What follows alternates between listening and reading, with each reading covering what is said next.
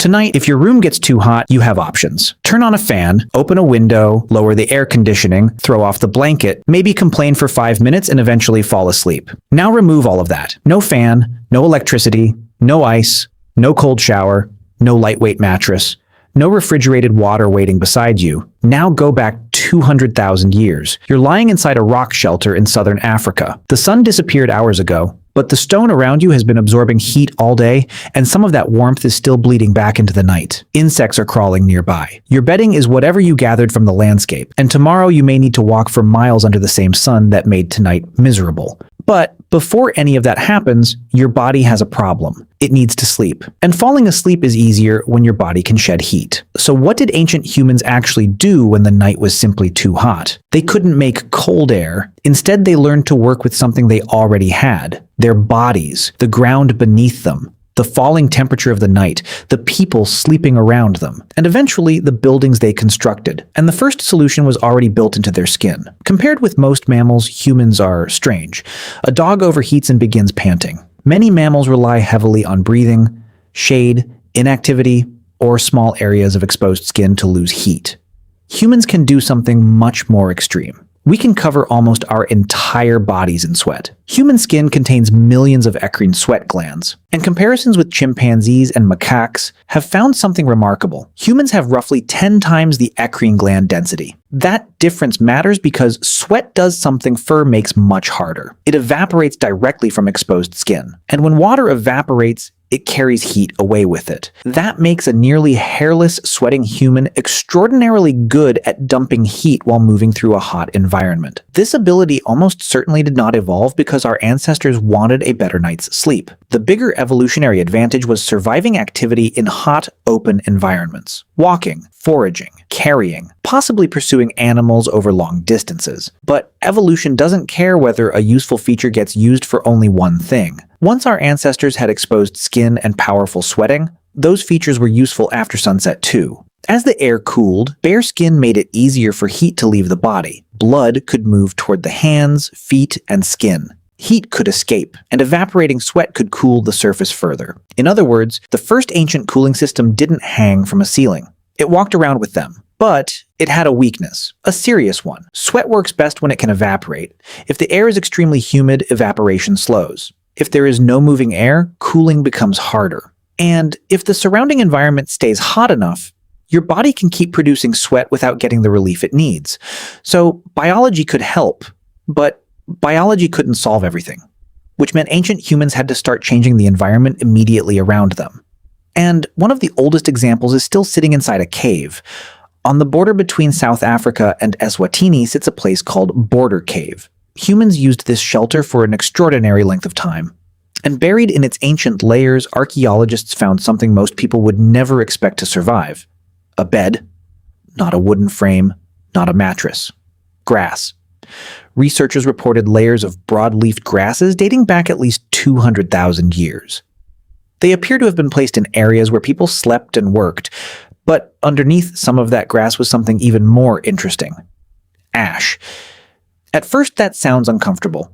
Why would anyone put bedding on ash?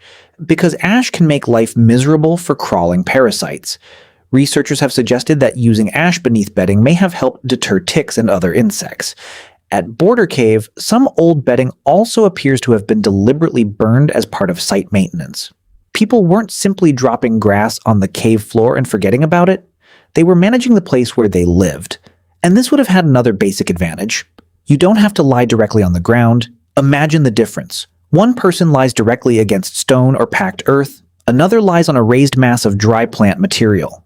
The grass creates separation. It traps air. It makes the surface softer. And depending on the ground conditions, that separation can reduce how quickly heat moves between the body and the surface below. We cannot say that prehistoric humans invented grass beds specifically as prehistoric air conditioning. The archaeological evidence doesn't tell us their exact reasoning, but it tells us something more important. By 200,000 years ago, humans were already modifying their sleeping spaces. They weren't simply accepting whatever surface nature gave them. They gathered materials, they arranged them, they maintained them, they burned old bedding, they replaced it, and they used plants that may even have helped keep pests away. The bed was not just a place to collapse, it was technology. But even the best sleeping surface can't cool a night that refuses to cool. So when ancient humans couldn't control the temperature, they could control something else. When they tried to sleep, there's a popular image of prehistoric sleep. Sun goes down, fire starts, everyone lies down. 8 hours later, sunrise. Everyone gets up. Simple. Except humans living without electric lighting don't necessarily behave that way. Researchers tracked sleep among 3 populations living with very little access to the technologies that control modern indoor climates. The Hadza in Tanzania, San communities in Namibia, and Tsimane people in Bolivia. The researchers expected darkness to dominate sleep timing. Instead, temperature told a much more interesting story. People did not normally fall asleep at sunset. Across the groups, sleep began on average about 3 hours after sunset, and sleep tended to happen while environmental temperature was falling. Think about what that means. The sun disappears, but the ground is still warm, the rocks are still warm, the air may still be uncomfortable. So you wait, you sit around the fire, talk, work, rest. And as the environment loses the heat it stored during the day, sleep becomes easier. Then something else happens. People tended to wake near the coldest part of the daily temperature cycle, not simply because light appeared. Temperature again seemed closely connected to sleep timing. And seasonal changes mattered too. In the San and Tsimane groups studied, sleep was roughly an hour longer in winter than in summer. Hotter seasons pushed sleep later and shortened it. That gives us a much more useful way to imagine ancient nights. Our ancestors didn't necessarily need to defeat the heat. Sometimes they could wait it out. Instead of demanding sleep the moment darkness arrived, they could take advantage of the natural temperature curve. The world became their thermostat. Sunset wasn't the signal. Cooling was. And that becomes even stranger when you look at how much these groups actually slept. The average was about 6.5 hours. Not 10, not 9. Not even the perfect 8 we tend to imagine as some prehistoric default. And despite the famous idea that humans naturally slept in 2 long blocks every night, separated by hours of wakefulness, this particular study didn't find regular extended midnight waking periods. Human sleep under natural conditions appears more flexible than the simple stories we tell about it. But there was another reason a prehistoric camp didn't need every person unconscious at exactly the same time. Because apparently, they weren't. In 2017, researchers studied nighttime activity among Hadza hunter-gatherers in Tanzania. They monitored the group for 20 days, and when they looked at the data, they found something extraordinary. Across those 20 days, the entire group was simultaneously scored as asleep for only 18 minutes. 18 minutes, not each night, total, across 20 days. For 99.8% of the sampled nighttime periods between the first person falling asleep and the last person waking up, at least one person was awake or in a light enough state to be recorded as active. The median was 8 people awake at a given point during the night, and no one had to organize a guard schedule. The pattern emerged naturally. Some people were early sleepers, some were late sleepers, some woke earlier. Age mattered too. Older members tended to have earlier chronotypes than younger members. Put different ages and different internal clocks together, and the group creates a rolling wave of sleep. One person drifts off, another is still talking, someone wakes. Someone else turns in later. And through most of the night, somebody is available to notice that the fire is fading, hear an animal nearby, respond to a child, or realize that something around camp isn't right. Researchers proposed that this kind of asynchronous sleep could have provided a form of nighttime vigilance during human evolution. Not because everyone was deliberately standing guard, but because variation inside the group made total unconsciousness rare. And now heat becomes part of a much bigger picture. A hot night might disturb one person's sleep, age might wake another early, a younger person might still be awake long after someone older has fallen asleep. To an individual, that can look like imperfect sleep. To a vulnerable group surrounded by darkness, it can become protection. Ancient humans didn't necessarily solve hot nights by forcing everyone to get 8 perfect hours. They lived inside a much more flexible system.